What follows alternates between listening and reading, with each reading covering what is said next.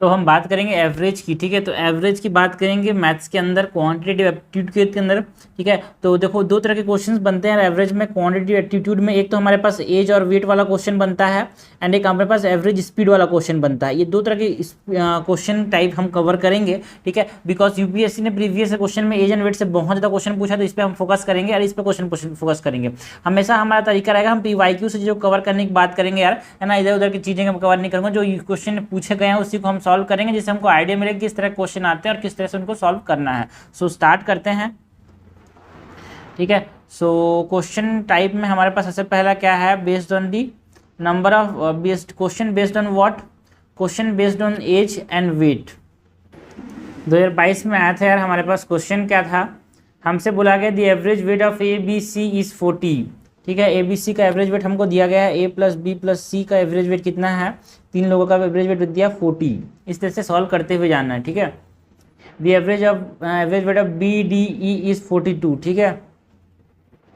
हमसे क्या पूछा गया है, B plus D plus E, इसका एवरेज वेट कितना दिया गया है, 42 दिया गया है। And the weight of F is equal to that of B, ठीक है। एफ का जो वेट है वो क्या दिया हुआ है हमको, एफ का जो वेट है वो किसके इक्वल है, बी के इक्वल है। What is the average weight of A B C D E and F, सबका एवरेज वेट हमसे पूछा गया है। तीन इक्वेशन हमारे पास बनेंगे भाई, इसको तो हम पहले सॉल्व करने से क्या बनेगा, A plus B plus C is equal to 120, ये पहला इक्वेशन बन गया। And B plus D plus E is equal to 3 2 जा 6 एंड 3 4 जा 12, 126 से दूसरा इक्वेशन बन गया। एंड ये हमारे पास तीसरा इक्वेशन है।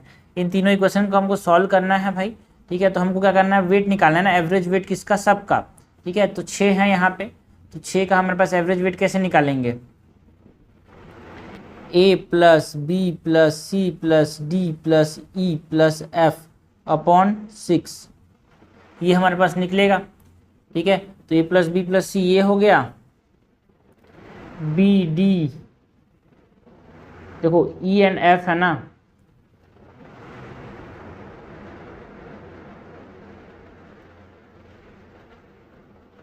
देखो यहाँ पे ये b को रिप्लेस कर सकता हूँ f के साथ, ठीक है। तो ये क्या हो जाएगा, b plus D plus, sorry ये हो जाएगा d plus E plus F equal to 126, ठीक है ना। तो ये हमारे पास ये रहेगा, तो इसको हम यहाँ पे वैल्यू को ऐड कर देंगे भाई। ये कितना हो जाएगा, 120 प्लस 126 अपॉन 6, इसकी वैल्यू कितनी आ जाएगी, ये जाएगा हमारे पास 246 अपॉन 6, जो कि आ रहा है वहाँ पे 1 जा, ये 4 जा 1 जा 41 kg जो है यहाँ पे इसका एवरेज वेट आ जाएगा, ठीक है। आंसर हो जाएगा सी। तो यहाँ पे आपको समझना है, ज़्यादा टफ क्वेश्चन नहीं आते यूपीएससी के अंदर, बट हाँ एग्जाम में आपको समझना है कि किस किस तरह के क्वेश्चंस पे आपको ज़्यादा फोकस करना है। मैथ्स पे प्रीवियस ईयर क्वेश्चन पे फोकस करो, उससे चीज़ें सीखो, समझना, उससे चीज़ें हमको ये सीखने की क्वेश्चन अटैम्प्ट कैसे करना है, क्वेश्चन में यूपीएससी घुमा कहाँ पर है। सिंपल क्वेश्चन आ रहे हैं, हम सिंपल टॉपिक ज़्यादा कवर कर रहे हैं, जैसे HCF LCM हो गया, नंबर सिस्टम हो गया। मैंने इधर तो क्वेश्चन कवर करने की बात नहीं की है, मैं टाइप बेस्ड क्वेश्चन पे फोकस करने की बात करता हूँ यार। एंड टाइप बेस्ड क्वेश्चन से हम प्रीवियस ईयर क्वेश्चन कवर करने की बात करते हैं, ठीक है। क्वेश्चन नंबर 1 हो चुका है।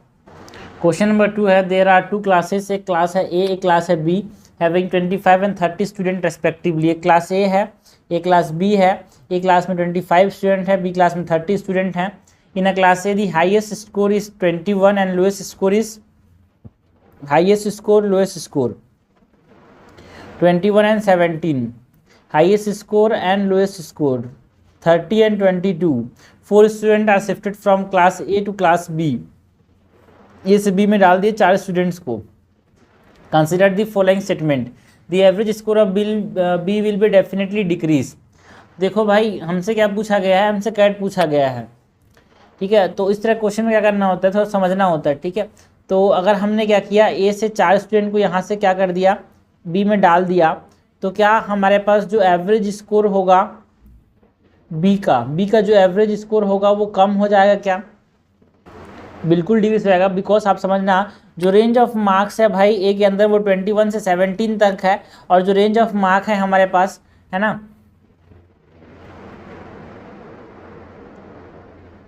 जो रेंज ऑफ मार्क है हमारे पास बी में वो 30 से 22 तक है। तो अगर हमने 4 स्टूडेंट यहाँ पे जिनका कम रेंज है मार्क्स का इसमें डाला बी में, तो उसका एब्सोल्युटली बिल्कुल सही बोल रहा है कि इसका एवरेज जो होगा डिक्रीज हो जाएगा, बिकॉज इसमें कम नंबर वाले लोग ज़्यादा हैं। The average score of A will be definitely increase. क्या जो ए का एवरेज स्कोर होगा वो कम ही होगा, मतलब सॉरी बढ़ेगा ही, सही है कि गलत है? देखो ये जो है ना वर्ड डेफिनेटली, वो इसको गलत बनाता है। बिकॉज आप समझना, आपने 4 स्टूडेंट तो भेजे हैं ए से बी तक, लेकिन वो 4 स्टूडेंट का नंबर क्या है वो आपको नहीं पता है ना। अगर आपने सपोज करो कम नंबर वाले लोग भेजे होंगे तो वो बढ़ भी सकता है एवरेज, और ज़्यादा नंबर वाले भेजे होंगे तो कम भी हो सकता है एवरेज, ठीक है। तो it can not be definitely increase, ये इंक्रीज भी हो सकता है, डिक्रीज भी हो सकता है। सेकंड स्टेटमेंट इनकरेक्ट है भाई। हमसे क्या पूछा गया है? करेक्ट पूछा गया है, करेक्ट हो जाएगा ए one only.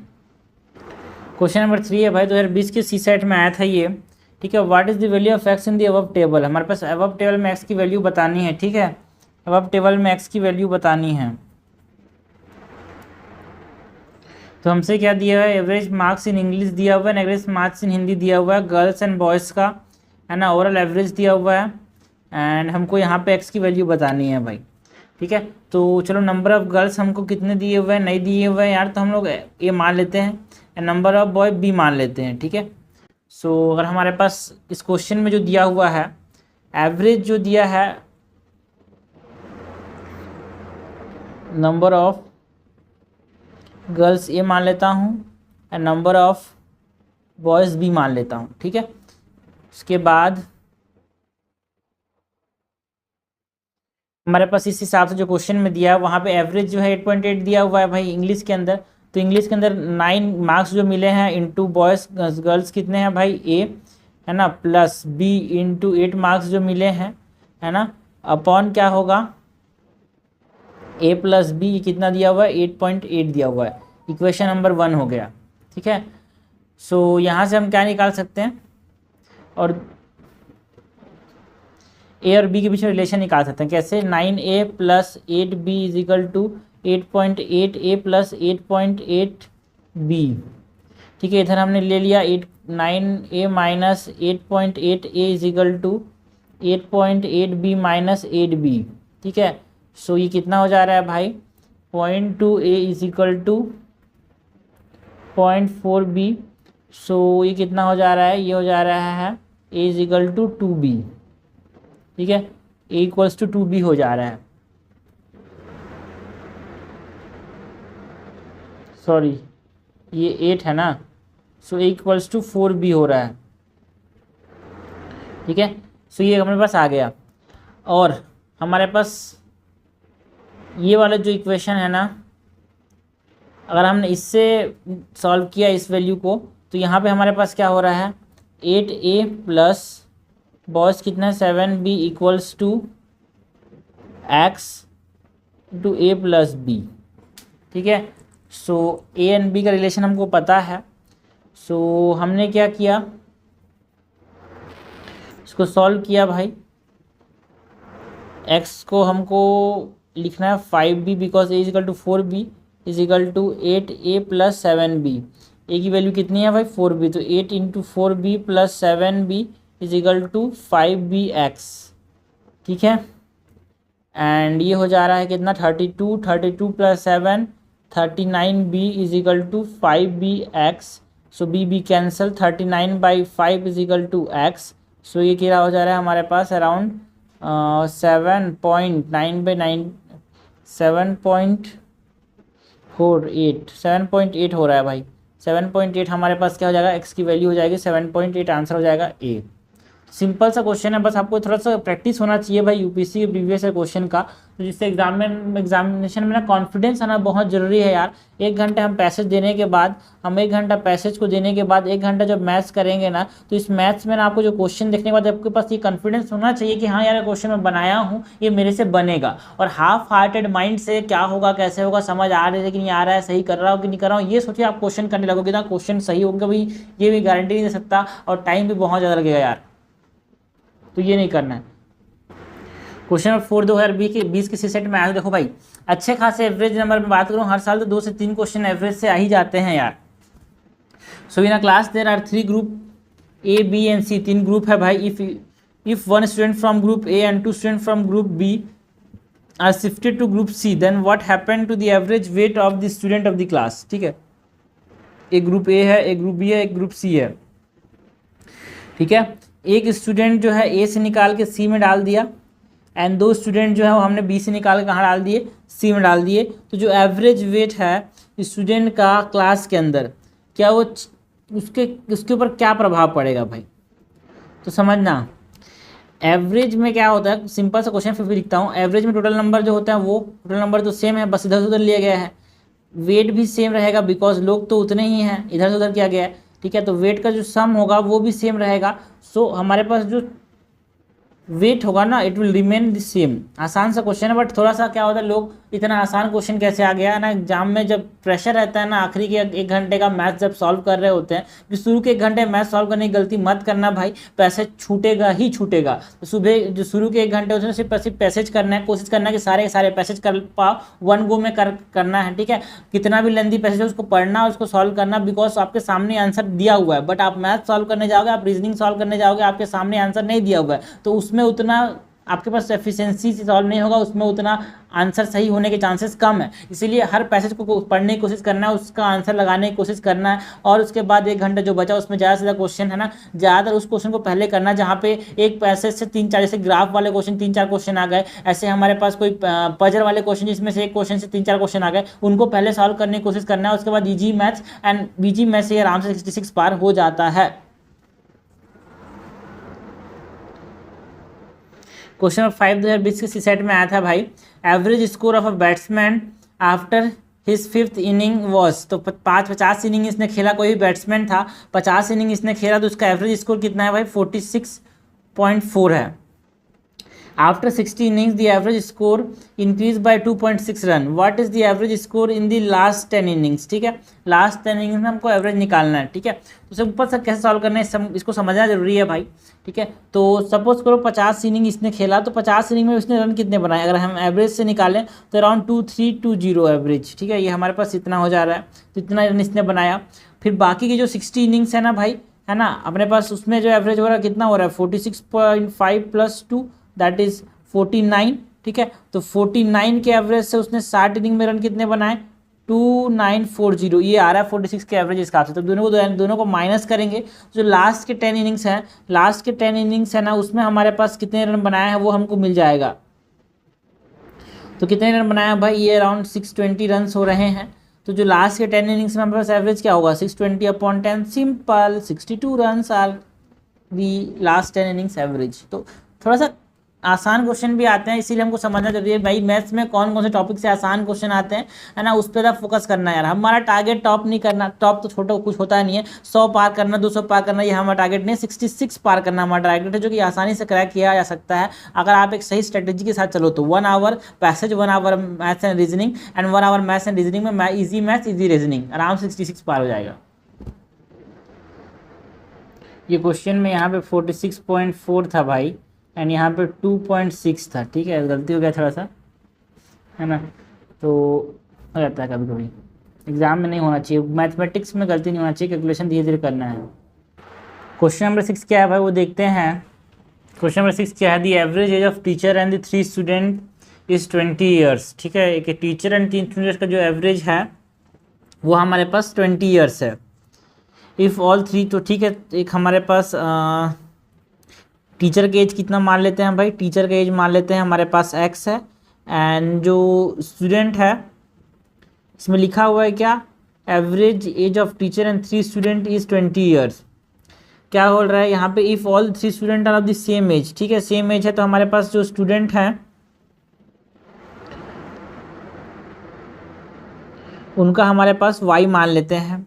The difference between the age of the teacher and the student is x - y, हमारे पास 20 दे दिया। What is the age of the teacher, हमको x पूछा गया है यार, ठीक है। तो हमारे पास 2 इक्वेशन है, 2 वेरिएबल है, सॉल्व हो जाएगा। दूसरा इक्वेशन ये, पहला इक्वेशन क्या है ना, x + 3y/4 = 20, ये पहला इक्वेशन है, सिंपल सा क्वेश्चन है। तो x + 3y = कितना हो जाएगा, 80, x - y = 20 आ गया, ठीक है।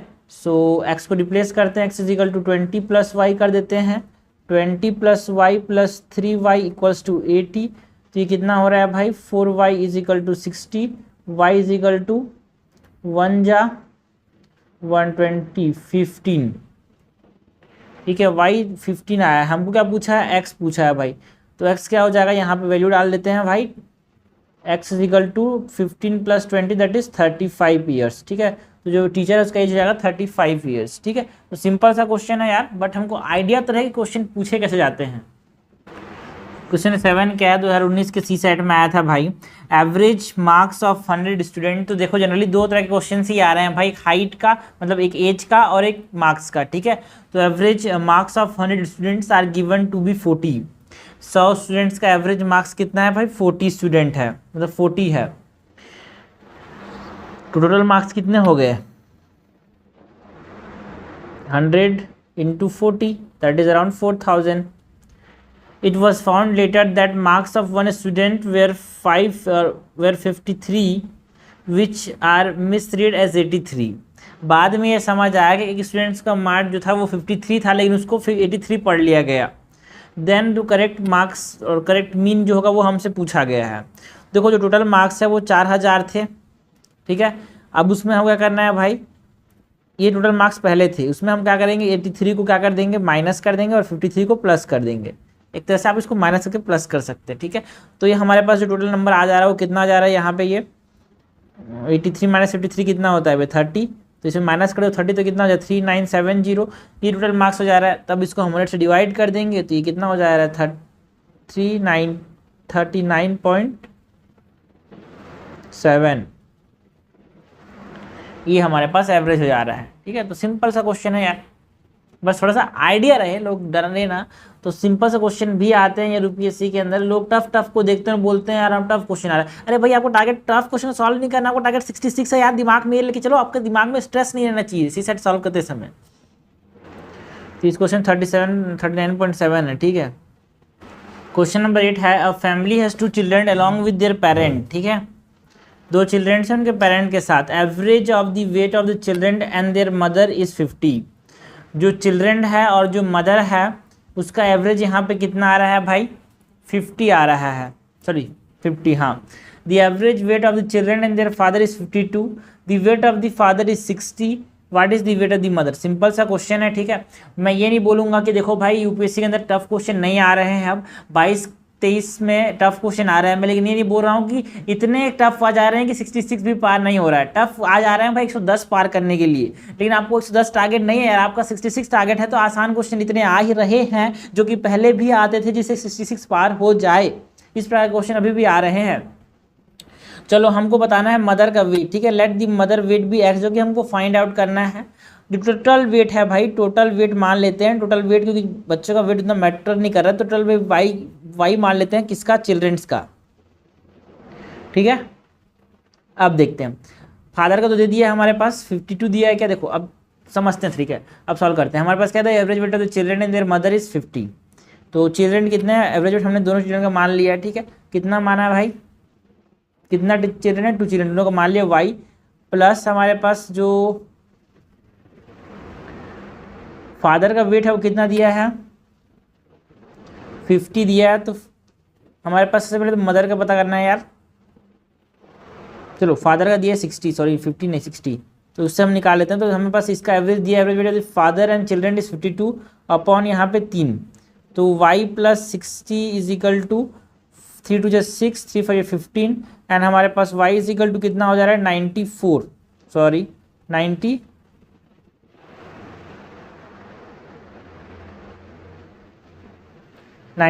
हो जा रहा है, ठीक है। y की वैल्यू 96 आ रहा है, मतलब जो चिल्ड्रंस का वेट है वो 96 आ गया। अब इसको यहाँ पे पुट कर देते हैं भाई, 96 प्लस मदर का हमने x माना है upon 3 is equal to average weight of the children and mother कितना दिया 50। So x is equal to कितना हो रहा है 150 माइनस 96 जो कि कितना हो रहा है भाई 54, ठीक है। सो एवरेज वेट कितना हो जा रहा है 54, आंसर हो जाएगा डी। ओके, सिंपल सा क्वेश्चन है, टफ नहीं है यार। इस तरह क्वेश्चन आपको आइडेंटिफाई करना है 1 घंटा पैसेज देने के बाद, दूसरे घंटे में।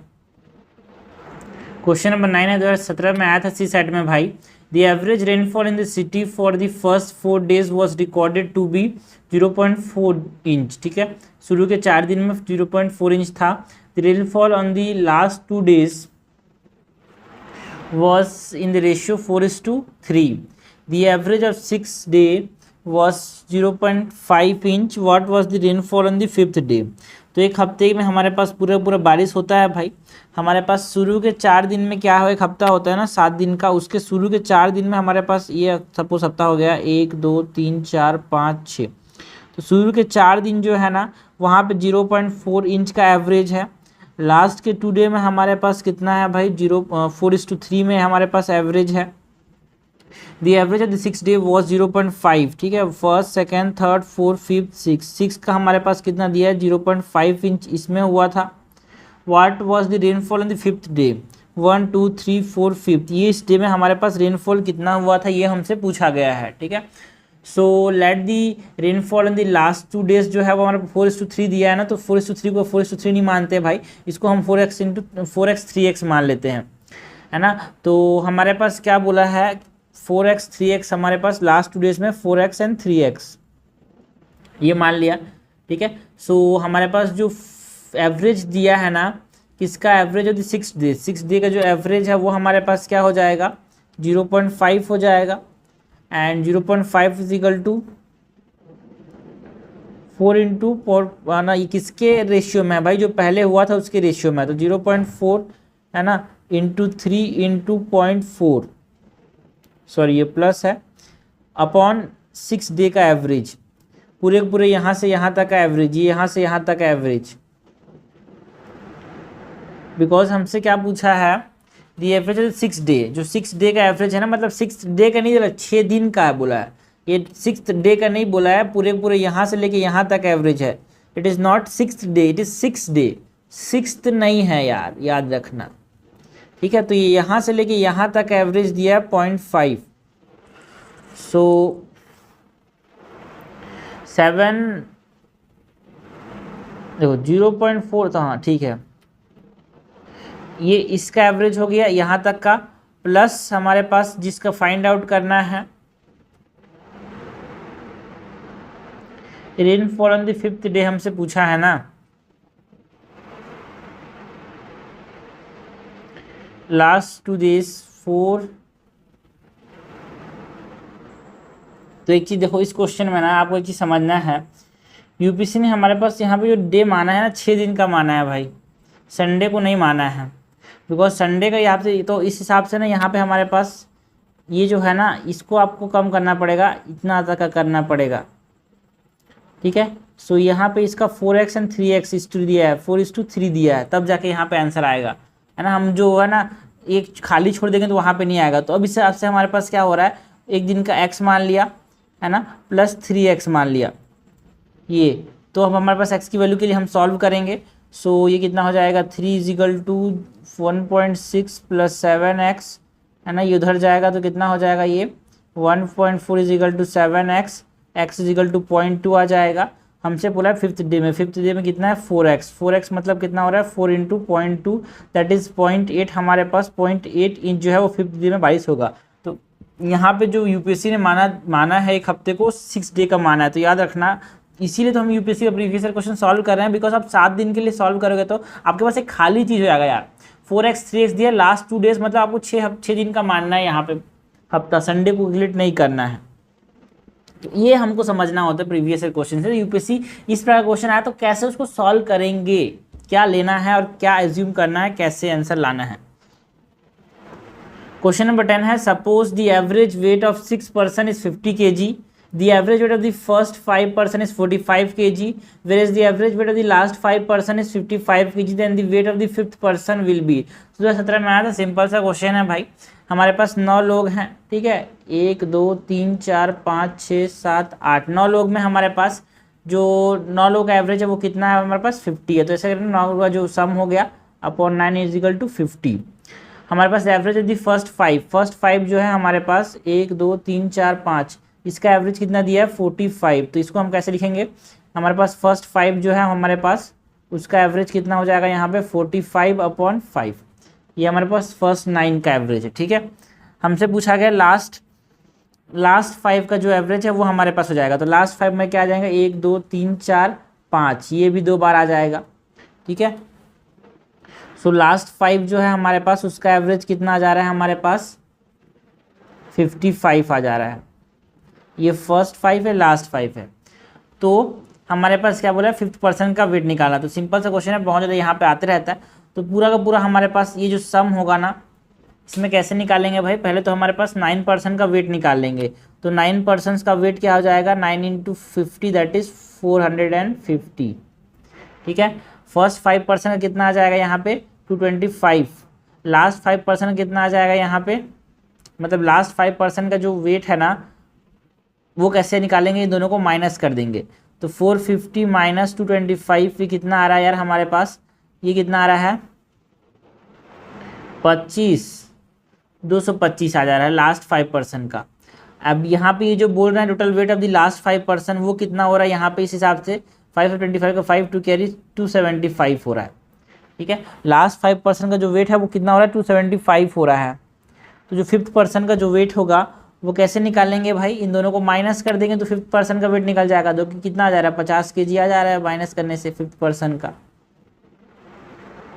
तो ये तरीका को समझना है यार, ठीक है, तरीका बहुत ज़्यादा काम आता है, बहुत सारे क्वेश्चन इससे सॉल्व होंगे।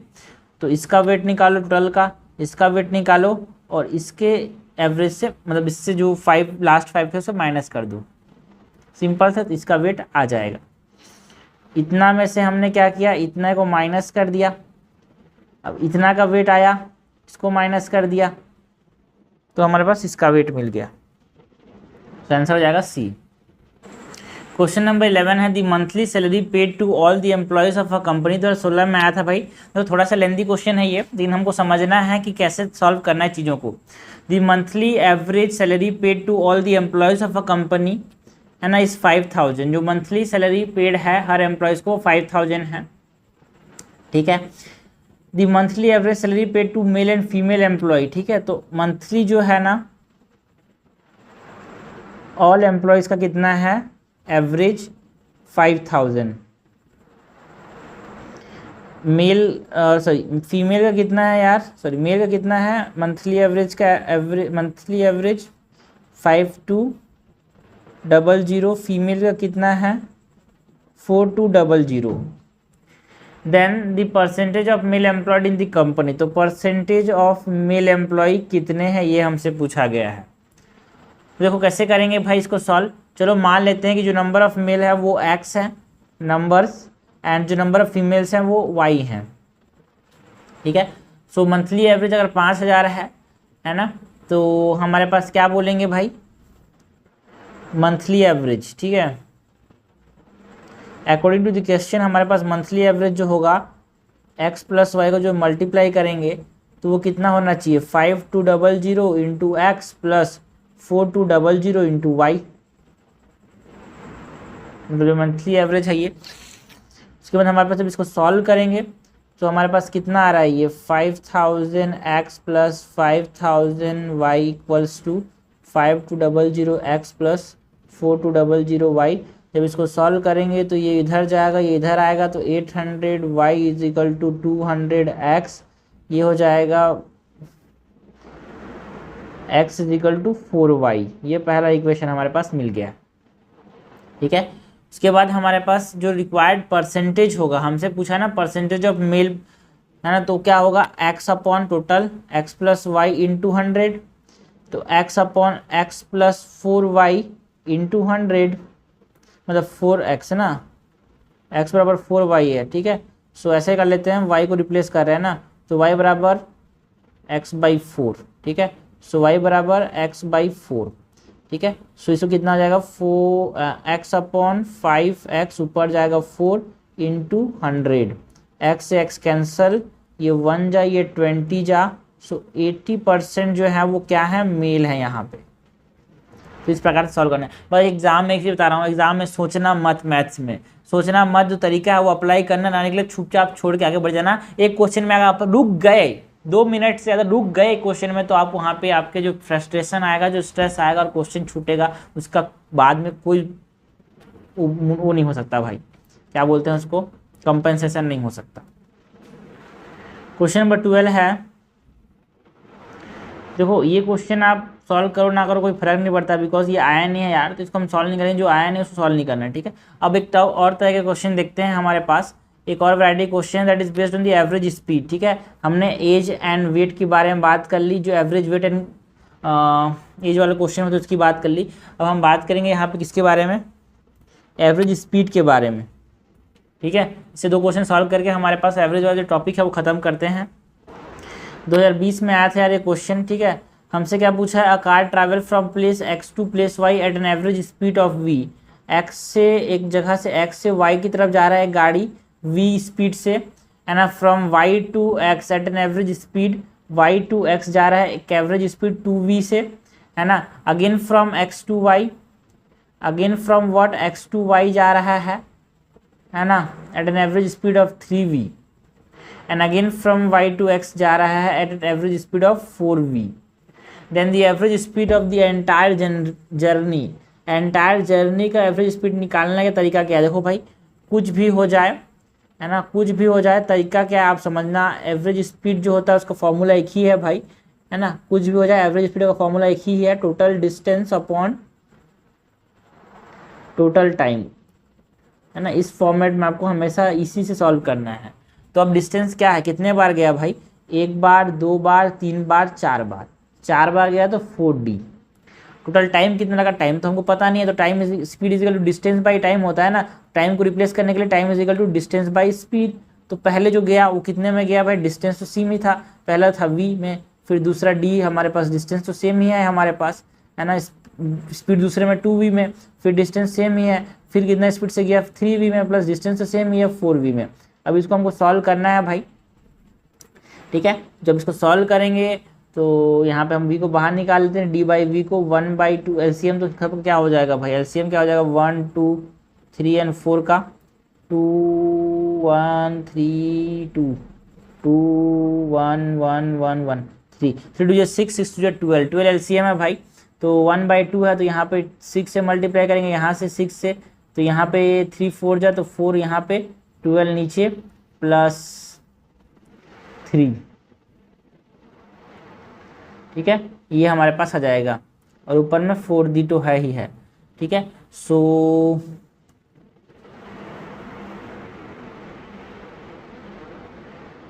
ऊपर जाएगा ये v, तो ये dd कैंसिल हो जाएगा, 4v अपॉन ये कितना हो जाए 6 7, 6 और 7 कितना होता है 13, ऊपर जाएगा तो ये 12। ठीक है, सो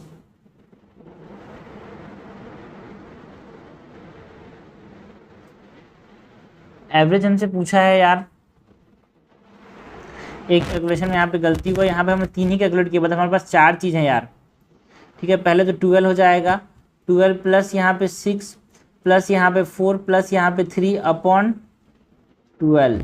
ठीक है, सो ऊपर में 4d अपॉन यहाँ पे d बाई वी, और ये कितना हो रहा है 6 4 10 10 और 12 22 और 3 15, सॉरी 25 अपॉन 12। ठीक है, तो ये ऊपर जाएगा तो 4d upon d into V into 12 into 25, d से d कैंसल, तो ये कितना हो जा रहा है यार 4 into 12v upon 25, it is 48v upon 25।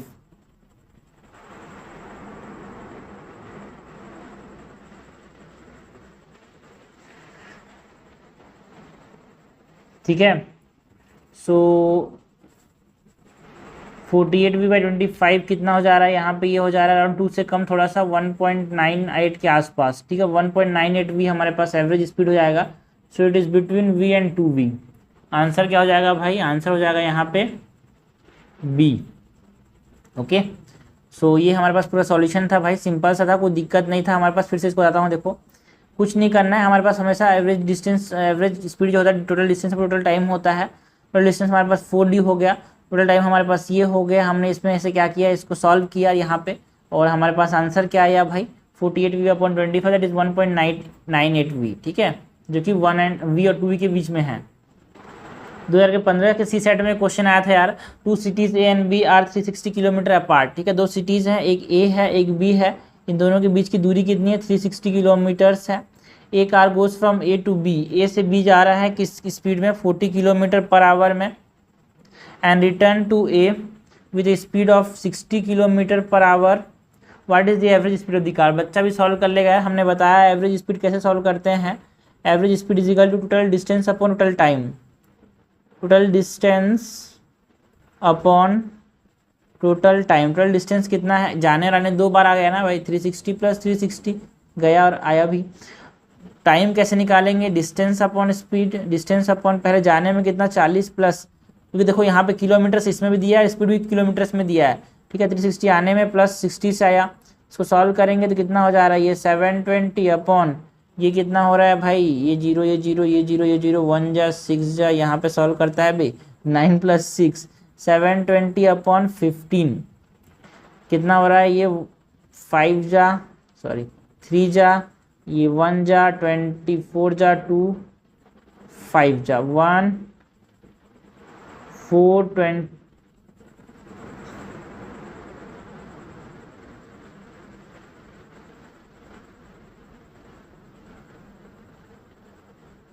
ठीक से सॉल्व करते हैं, रुको फिर से।